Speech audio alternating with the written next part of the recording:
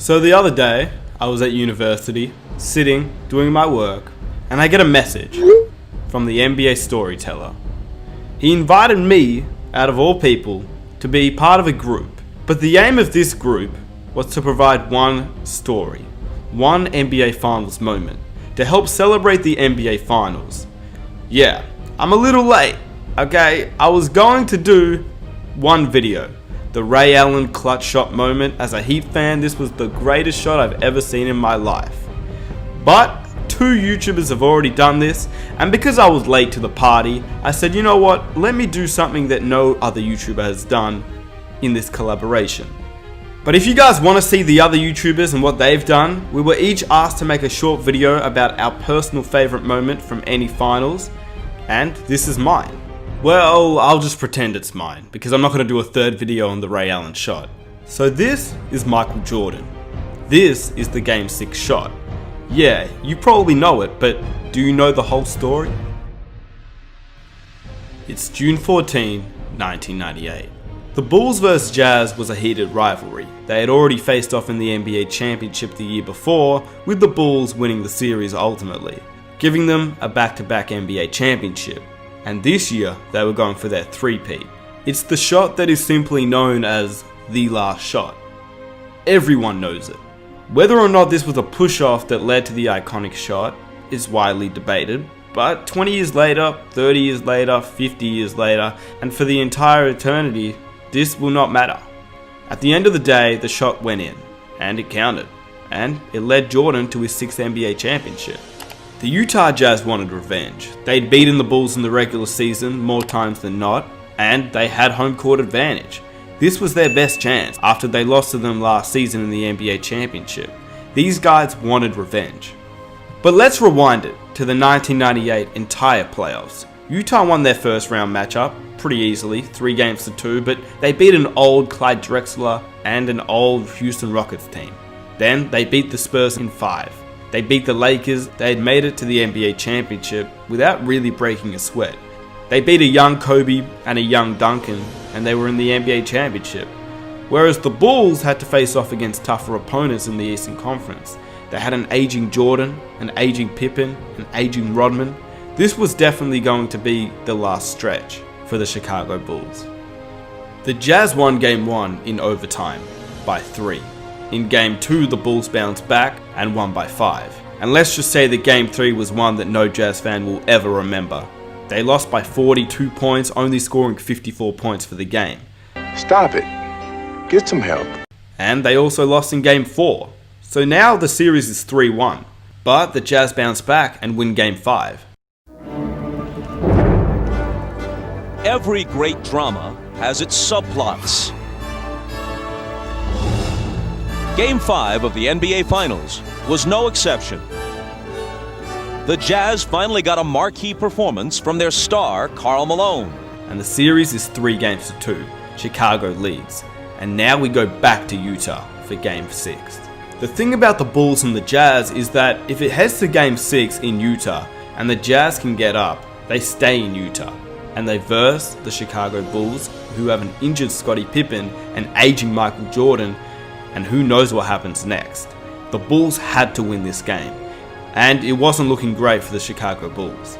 As they arrived at the Delta Center for Game 6, Scottie Pippen, whose back was already injured going into the game, injured his back once again in the opening play when he dunked the opening basket of the game. Watch Pippen come across the lane, and as he reaches up to dunk, he pulls his back out, and you see him grimace as he comes up the floor. Ahmad Rashad back at the Delta Center, and early on, Scottie Pippen re-injured his back on that dunk shot that he had just at the beginning of the game. He has been in the locker room for the past 5 or 6 minutes trying to stretch that back out. He has both doctors in there. They're just trying to see what they can do to get him ready to play. And if anything else happens, I will be here to report it to you. He ended up scoring 8 points the entire game. He tried to play defense. He tried to help Jordan, but in the end, he barely played. He played as many minutes as he could, going in and out of the locker room, but in the end, it was Jordan versus the Jazz. Let's take a look at the box score. Jordan 45 points, Pippen 8, Pippen 26 minutes, Jordan 44? Yeah, Pippen's injury really derailed him this series. especially in this last game. This is a game 6, this is to win it all, and you have the Robin to Jordan's Batman injured. It's not a good sign. Not only do the Jazz have a chance to make history being the first team to come back 3-1, they also have a chance to make history by being the only team to defeat the Chicago Bulls in the NBA Finals. You see, the Jazz weren't meant to be this good if they're down 3-1, but they were. They seriously had a chance to win games that could have gone either way, but ended up being in the Bulls' favour. But why? Well, Jerry Sloan, the head coach of the Utah Jazz, made a few changes when Karl Malone had his opportunity to go one-on-one with his opponent. He basically scored every time. In the end, he's a Hall of Famer. He's a top 2 scorer in NBA history. When he has the ball, he's going to score. But the Bulls had a trap defense where they would double Karl Malone when he headed into the post. That's why they had this man, Antoine Carr. Antoine Carr wasn't a great player, he was a good player. He did his job and he played his role. But the one thing he could do was stretch the floor. When players would double Malone, you could kick it out to Antoine Carr and he would normally hit that shot. He wasn't your typical center. He wasn't just a finisher around the basket. He could stretch the floor, hit that mid-range, which meant that you couldn't double Malone because if you did, he would kick it out and they'd have 2 points. The director of Utah's cast, Jerry Sloan, made a script revision at intermission. He called on a seldom-used veteran from Wichita State, a stand-in, Antoine Carr. Carr had 5 field goal attempts in the second half. He made them all. Without his performance in a supporting role, the NBA Finals would be history. See, what Antoine Carr gives you is a big man who can shoot. So if they're going to go down and double team, he can make the 15-foot shot. Keith can't, Foster is streaky, and neither can Ostertag. They've gone to a smaller lineup, and it's been effective. They're afraid to double team because everybody can shoot the ball now for Utah. They got to stay at home. So that's what they did, and it worked. The Utah Jazz hit shot after shot after shot.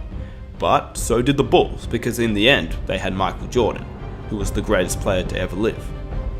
The thing about Jordan was that he wasn't just the greatest player to ever live on the offensive end, he was also amazing on defense.